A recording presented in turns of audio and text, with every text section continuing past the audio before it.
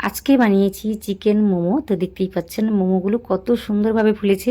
একটু অন্যরকম করে বানিয়েছি, যে কারণে কিন্তু মোমোগুলো ভীষণই সফটভাবে তৈরি হয়েছে। খেতে কিন্তু দুর্দান্ত হয়েছিল। তো রেসিপিটি প্রথম থেকে অবশ্যই শেষ পর্যন্ত দেখবেন। সাথে বানিয়েছি একটা টমেটো চাটনি। তো এই চাটনি দিয়ে না আপনি যে কোনো মোমো খেতে পারবেন, খেতে কিন্তু দুর্দান্ত লাগে।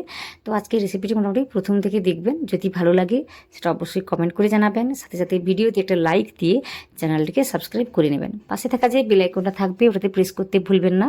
তো অবশ্যই আমাকে এভাবে সাপোর্ট করবেন। আপনারা ভিডিওগুলো দেখেন কিন্তু কোনো রকমভাবে আমাকে সাপোর্ট করেন না, তো এইভাবে করবেন না। ভালো লাগলে অবশ্যই আমাকে সাপোর্ট করবেন, আমার পাশে থাকবেন। তাহলে চলুন আজকে রেসিপিটি দেখে নেওয়া যাক। মোমোগুলোকে বানানোর জন্য আমি এখানে কি করেছি, ময়দা নিয়েছি, ওই 3 কাপের মতোই নিয়েছি। তারপর যেটা দিয়েছি সেটা হলো কর্নফ্লাওয়ার, তো হাফ কাপের মতোই নিয়েছি। এটা ইউজ করলে আমি দেখেছি যেটা ওই মোমোগুলোকে বানানোর সময় ওটা নরম হয়ে যায় না বা নেতিয়ে পড়ে না, তো যে কারণে এটা দেওয়া। তো এটা নাও দিতে পারেন, আমি আজকে দিয়ে দেখলাম। তো তারপর কী করেছি, অল্প করে লবণ দিয়েছি। অল্প নাম হলে পরিমাণটা বুঝে শুনেই লবণটাকে দিতে হয়। তারপর সব কিছুকে ভালোভাবে মিশিয়ে নিয়েছি।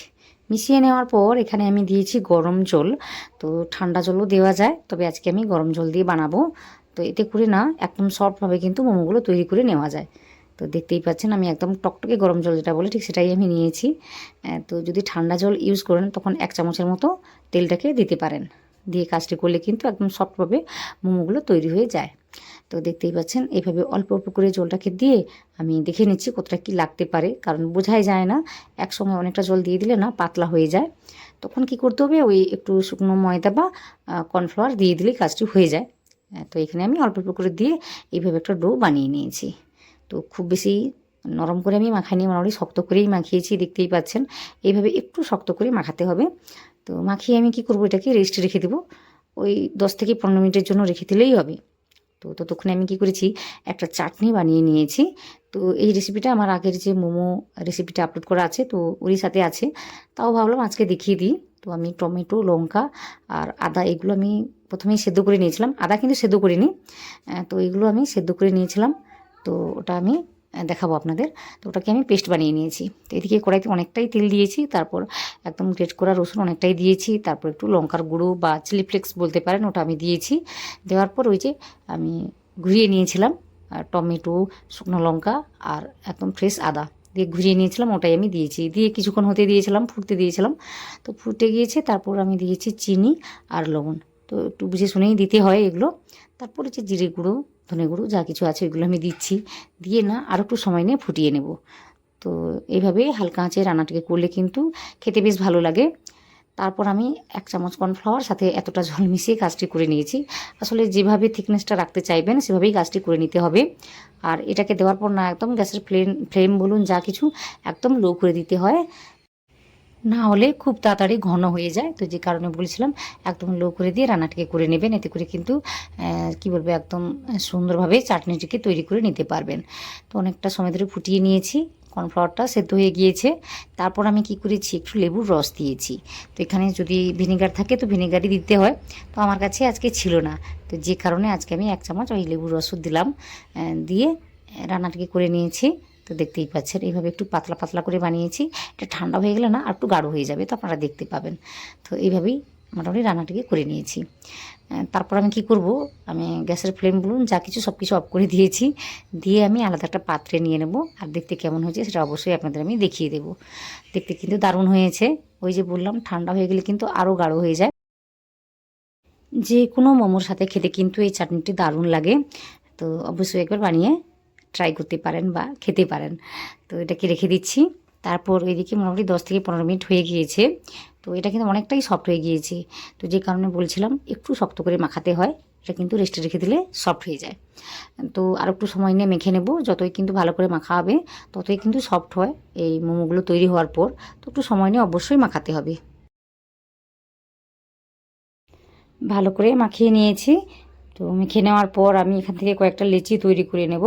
আমি একটু বড় করেই কাজটি করছি, কারণ একসাথে অনেকগুলোই তৈরি হয়ে যায়। তো যে কারণে এইভাবে কাজ করছি। তো আপনারা চাইলে একদম ছোটো ছোটো পিস করে কেটে বা বেলে কাজটি করে নিতে পারেন। তো যেটা সুবিধা মনে করবেন সেটা বুঝেই কাজটি করে নেবেন। তো মোটামুটি একটা লেচি আমি নিয়েছি, আর বাকি যে কটা লেচি রয়েছে ওগুলোকে আমি ঢেকে রেখে দিচ্ছি, না হলে কিন্তু শুকনো শুকনো হয়ে যায়। তো যে কারণে অবশ্যই ঢেকে রেখে দিতে হবে। তারপর আমি যেখানে বেলনি কাঠে নিয়েছি, নিয়ে আমি বেলে নেব। খুব বেশি পাতলা বা খুব বেশি মোটা রেখে কিন্তু বেলবো না। আপনারা দেখতে পাবেন কিভাবে আমি কাজটি করি। এইভাবে কিন্তু বেলে নিতে হয়, এতে করে কিন্তু শেপটা সুন্দর করে দেওয়া যায়। তো আপনারা দেখতে পাবেন কিভাবে শেপগুলো দিই বা কিভাবে আমি বেলে নিই। ওই যেভাবে আমরা রুটিটা বেলি ঠিক সেভাবেই কিন্তু কাজটি করে নিতে হবে। আর যেহেতু ময়দা দিয়ে কাজ, তো সে কারণে বেলতে একটু অসুবিধা হয়। তো সেভাবে কিছু অসুবিধা হবে না, একটু মোটামুটি সময় নিয়ে কাজটি করে নিলে এইভাবে কিন্তু বেলে নেওয়া যায়। তো একটু বড় করে বেলে নিয়েছি। তারপর আমি কি করেছি, এরকম একটা বাটি নিয়েছি, যেটা কিন্তু অনেকটাই বড়, দেখতেই পাচ্ছেন। একটা গ্লাস নিলেও হতো, তো ওটা একটু ছোট হয়ে যায়, তো যে কারণে এরকম একটা বাটি নিয়েছি। তো আজকে একটু বড় করে বানাবো, যে কারণে এভাবে আমি কাজটি করে নিচ্ছি। আপনারা চাইলে কিন্তু কী বলবো, ছোটো বড় যেভাবে বানাতে চাইবেন সেটা বুঝে শুনে গ্লাস বা বাটি নিয়ে কাজটি করে নিলেই হবে। তো এইভাবে দেখুন, একটা রুটি থেকে এইভাবে 3 পিস হয়েছে আমার। তো দেখতেই পাচ্ছেন কী পরিমাণ আজকে বড় বড় করে বানাচ্ছি, তো দেখেই আশা করি বুঝতে পেরেছেন। তো সবকটা এইভাবে আমি বানিয়ে নিচ্ছি বা তৈরি করে রেখে দিচ্ছি, তারপর দেখাবো কি করতে হয়। তো যে পাত্রের মধ্যে রেখেছি আমি, তো দেখতেই পাচ্ছেন সেখানে একটু কর্নফ্লাওয়ার আমি ছড়িয়ে দিয়েছি। উপরেও কিন্তু ছড়িয়ে দিতে হবে, না হলে যখন আমি এইভাবে রেখে দেবো তখন কিন্তু কী হবে, একটার গায়ে একটা লেগে যায়। তো যে কারণে অবশ্যই কর্নফ্লাওয়ার ছড়িয়ে দিতে হয়। তো এইভাবে অনেকগুলোই আমি তৈরি করে রেখে দিয়েছি, বলতে পারেন সব কিছুই আমি করে নিয়েছি। তারপর আমি কি করেছি, এখানে ওই 200 গ্রামের মতো চিকেন নিয়েছিলাম। তো একদম বোনলেস চিকেন যেটা বলতে পারেন, ওটাই আমি ছোটো ছোটো পিস করে কেটে নিয়েছিলাম। সাথে কয়েকটা আমি দিয়েছি রসুন কোয়া আর একটু আদা দিয়ে সব কিছুকে ভালোভাবে পেস্ট বানিয়ে নিয়েছি। দেখতেই পাচ্ছেন এইভাবে কিন্তু সহজেই কাজটি হয়ে যায় যদি থামিয়ে থামিয়ে ঘোরানো হয়। তো আশা করি বুঝতে পেরেছেন আমি কি বলতে চাইছি। তো অনেকটা সময় নিয়ে ঘোরাবার দরকার নেই, মোটামুটি থামিয়ে থামিয়ে ঘোরাবেন, তাহলে কিন্তু এক সেকেন্ড বা 2 সেকেন্ড মতো এইভাবে থামিয়ে থামিয়ে ঘোরাবেন, তাহলে কিন্তু কাজটি হয়ে যায় ভালোভাবে। সুন্দরভাবে পেস্টটা হয়ে যায়, মোটামুটি তৈরি হয়ে যায়। তারপর আমি অনেকগুলো সবজি এখানে অ্যাড করছি, যেমন ওই গাজর আগে থেকেই কেটে রেখেছিলাম, তারপর ক্যাপসিকাম, তারপর দিয়েছি পেঁয়াজ। তো পেঁয়াজের পরিমাণটা একটু বেশি করে দিলে ভালো হতো। তো যাই হোক, মোটামুটি অনেকগুলোই আমি দিয়েছি। দেওয়ার পর এতে আমি কি করেছি, পরিমাণটা বুঝেছি না, সব কিছুই দেবো। এরপর আমি লঙ্কা কুচি দিয়েছি, কাঁচা লঙ্কা কুচি অনেকগুলোই দিয়েছি। তারপর দিয়েছি ধনেপাতা কুচি। তো অবশ্যই ধনেপাতা কুচিটাকে দিতে হয়, দিলে কিন্তু এর ফ্লেভারটা দারুণ লাগে, খেতে কিন্তু দুর্দান্ত লাগে। তারপর ওই যে ভাজা জিরের গুঁড়ো অল্প করে আমি দিয়েছি। দেওয়ার পর আমি দিয়েছি গোলমরিচের গুঁড়ো। তো এটা অবশ্যই দিতে হবে, এটা দিলে কিন্তু একদমই আর টেস্ট বদলে যায়, মোটামুটি ভালো লাগে। তো সেই কারণে দেওয়া, 1 চামচের মতোই দিয়েছি। তারপর দিয়েছি সয়া সস, তারপর দিয়েছি লবণ। তো লবণের পরিমাণটা যেন ঠিকঠাক থাকে সেদিকে খেয়াল করতে হবে, নাহলে কিন্তু খেতে অতটাও ভালো লাগে না। তো অবশ্যই বুঝে শুনে সব কিছুই দিতে হবে। সব শেষে আমি দিয়েছি 1 চামচের মতো সাদা তেল, আর যে কোনো তেল দিলেই হবে। দিয়ে সব কিছুকে ভালোভাবে মিশিয়ে নিচ্ছি। তো এইভাবে ভালো করে মিশিয়ে নিতে হয়। তো একটু সময় নিয়ে মিশিয়ে নিচ্ছি, তারপরে দেখাচ্ছি কী করতে হবে।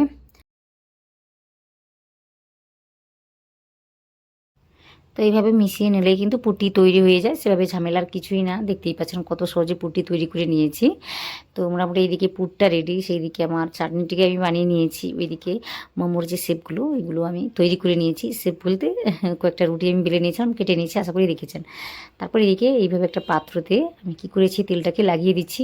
তো আজকে এটার মধ্যেই মোমোগুলোকে বানাবো, তো এরকম পাত্র অবশ্যই লাগে। তো অবশ্যই এইভাবে তেলটাকে লাগিয়ে নিতে হয়। এরপর কিন্তু আসল কাজ, কারণ একা হাতেই যদি সব কিছু করতে হয় তখন কিন্তু অনেকটা সময় লেগে যায়। যদি পাশে কেউ থাকে তাকে বলবেন, তাহলে হেল্প করে দিলে কিন্তু অনেকটাই সহজ হয়ে যায় কাজটি করতে। তো এখানে দেখতেই পাচ্ছেন আমি অনেকটাই কিন্তু পুর নিয়েছি, একটু বেশি করেই কিন্তু দিতে হয়, দিলে কিন্তু খেতে ভালো লাগে। আর মোমোগুলো তৈরি হওয়ার পর কিন্তু চুপসে যায় না, তো যে কারণে একটু বেশি করে কিন্তু পুরটাকে দিতে হয়। দিয়েছি আমি, দেওয়ার পর আমি এইভাবে মাছগুলো দিয়ে চলে যাচ্ছি। তো আপনারা দেখতে থাকুন, আশা করি বুঝতে পারবেন, খুব সহজভাবেই দেখিয়েছি। এইভাবে কিন্তু সহজেই তৈরি করে নেওয়া যায়। আর প্রেসটাকে দেখুন কত আমি জোরে দিচ্ছি, সে বাইরে থেকে বলুন আর ভেতর থেকে, এইভাবে কিন্তু অবশ্যই প্রেস দিয়ে দিয়ে কাজটি করে নিতে হবে। এতে করে আর ভেতরে যে শক্ত শক্ত অংশটা থাকে ওটা কিন্তু একদমই থাকবে না, তো একদম পাতলা হয়ে জিনিসটা তৈরি হবে। তো দেখে আশা করি বুঝতে পারছেন। এইভাবে প্রেস দিয়ে কাজটি করলে কিন্তু মোটামুটি খুব পাতলাভাবে এই মোমোগুলো তৈরি করে নিতে পারবেন। তো আমি কিভাবে দেখাচ্ছি আশা করি দেখে বুঝতে পেরেছেন। বুঝতে না পারলে আরও একটা আমি বানিয়ে দেখাবো। তো শেষ পর্যন্ত কিন্তু এইভাবে প্রেস দিয়ে দিয়ে কাজটি করে নিতে হবে, এতে করে কিন্তু মোমোগুলো দেখতেও দারুণ লাগে। তো আপনারা বুঝতে পেরেছেন আশা করি আমি কি বলতে চাইছি। তো একটা কিন্তু আমি বানিয়ে নিয়েছি। তো বানিয়ে নেওয়ার পর আমি কী করেছি, একটা থালার মধ্যে আমি যে তেল মাখিয়ে রেখেছিলাম ওটার মধ্যেই রেখে দিচ্ছি। তেলটাকে কিন্তু অবশ্যই লাগিয়ে দিতে হবে, নাহলে কিন্তু পরে তুলতে পারবেন না। যখন মোমোগুলো হয়ে যাবে তখন কিন্তু আটকে যাবে, তো অবশ্যই তেলটাকে লাগিয়ে দিতে হবে। তারপর দেখুন একই রকমভাবে আরও একটা আমি বানিয়ে নিচ্ছি। আর পুরের পরিমাণটা দেখুন কতটা আমি দিয়েছি, একটু বেশি করে দিয়ে এইভাবে মোমোগুলো বানাবেন, তাহলে কিন্তু খেতেও ভালো লাগে আর মোমোগুলো হওয়ার পর কিন্তু চুপসে যায় না।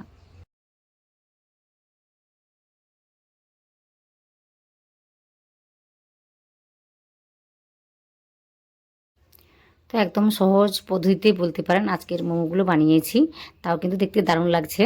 তো এইভাবেই আমি বানিয়ে নিয়েছি, সবকটাই বানিয়ে নেব। বানিয়ে নেওয়ার পর আমি দেখাচ্ছি কি করতে হবে। তো একই রকমভাবে ওই থালাতে রেখে দেবো। রেখে দেওয়ার পর মোটামুটি দেখতেই পাচ্ছেন একটু ফাঁকা করে বসিয়ে দিয়েছি। এইভাবে একটু ফাঁকা করেই বসাতে হবে, কারণ এগুলো হওয়ার পর না আরও অনেকটাই ফুলে যায়, তো যে কারণে অবশ্যই ফাঁকা রেখেই কাজটি করতে হয়। তো আগে থেকে কড়াইতে জল দিয়ে একটা স্ট্যান্ড বসিয়ে দিয়েছি আর ওটা গরম করে নিয়েছি। তারপরে এই মোমোগুলোর মধ্যে না আমি একটু তেল ব্রাশ করে দিচ্ছি। তো অবশ্যই তেলটাকে লাগিয়ে দিতে হবে, এভাবে লাগিয়ে দিলে কিন্তু একদম সফটভাবে তৈরি হয়। একদম হাই ফ্লেমেই আমি রান্নাটিকে করে নেব, আর 15 মিনিট ধরেই রান্নাটিকে করে নেব। যেহেতু চিকেন আছে, ময়দা আছে, তো এইগুলোকে সেদ্ধ করে নিতে হবে। তো একদম 15 মিনিট পরে আপনাদের আমি দেখাচ্ছি এই মোমোগুলো কত সুন্দরভাবে তৈরি হয়েছে।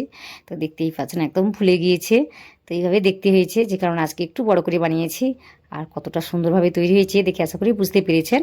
আর এইভাবে কিন্তু একটু ঠান্ডা হয়ে গেলে নামিয়ে নিতে হবে, সহজেই উঠে আসবে, যেহেতু নিচে আমি তেলটাকে লাগিয়ে দিয়েছিলাম, তো যে কারণে সহজেই কিন্তু উঠে আসবে। তো এগুলোকে আমি তুলে নিয়েছি। তারপর আমি কি করেছি, আরও যে কটা রয়েছে একই রকমভাবে আমি বসিয়ে দিয়েছি। তো বসিয়ে দেওয়ার পর তেলটাকে ব্রাশ করে দিয়েছি, দেওয়ার পর ঢেকে রান্না করে নেব ওই 15 মিনিটের জন্য একদম হাই ফ্লেমে। তারপরে এদিকে দেখুন দেখতে কতটা দারুণ লাগছে। তো আজকের রেসিপিটি আপনাদের যদি ভালো লেগে থাকে সেটা অবশ্যই কমেন্ট করে জানাবেন, সাথে সাথে ভিডিওতে একটা লাইক দিয়ে চ্যানেলটিকে সাবস্ক্রাইব করে নেবেন।